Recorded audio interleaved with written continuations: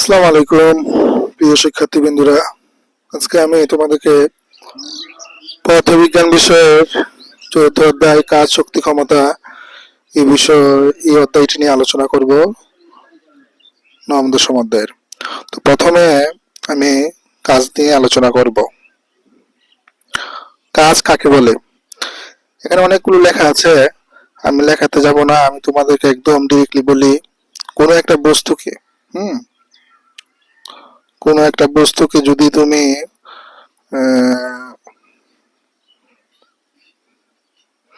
মনে করো, আমি তোমাদেরকে একটু এঁকে দেখাচ্ছি। মনে করো কোনো একটি বস্তু হলো, এখানে এটা এটা একটা বক্স বিবেচনা করো।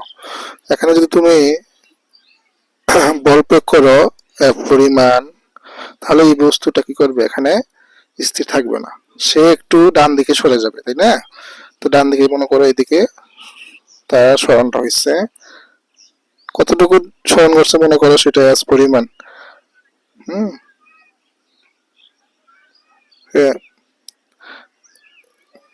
হ্যাঁ, এটা হলো S পরিমাণ।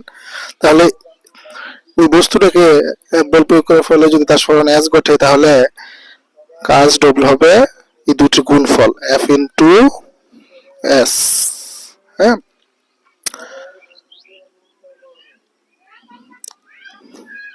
তাহলে কাজের সংজ্ঞা হলো, কোনো বস্তুর উপর যদি আমি বল প্রয়োগ করি এবং বল প্রয়োগের ফলে যদি বস্তুটির সরণ বলের দিকে S ঘটে, তাহলে ওই বল এবং সরণের মধ্যবর্তী গুণফলকে বলা হয় কাজ।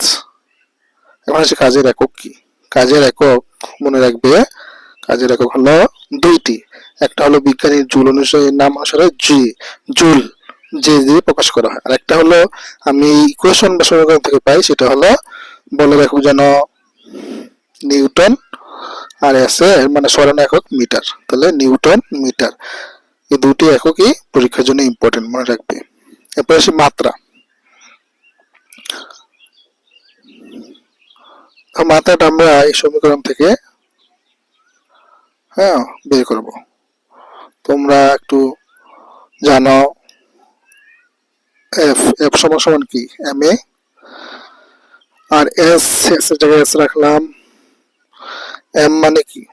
এম মানে হলো বর, বরের একক হলো কেজি। আর ত্বরণ একক এম,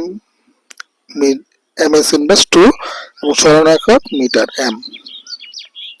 এখন আসি, আমি এটা একক বসাইলাম, কিন্তু আমার দরকার মাত্রা। বরের মাত্রা, বরের ইংরেজি হলো মাস। তাহলে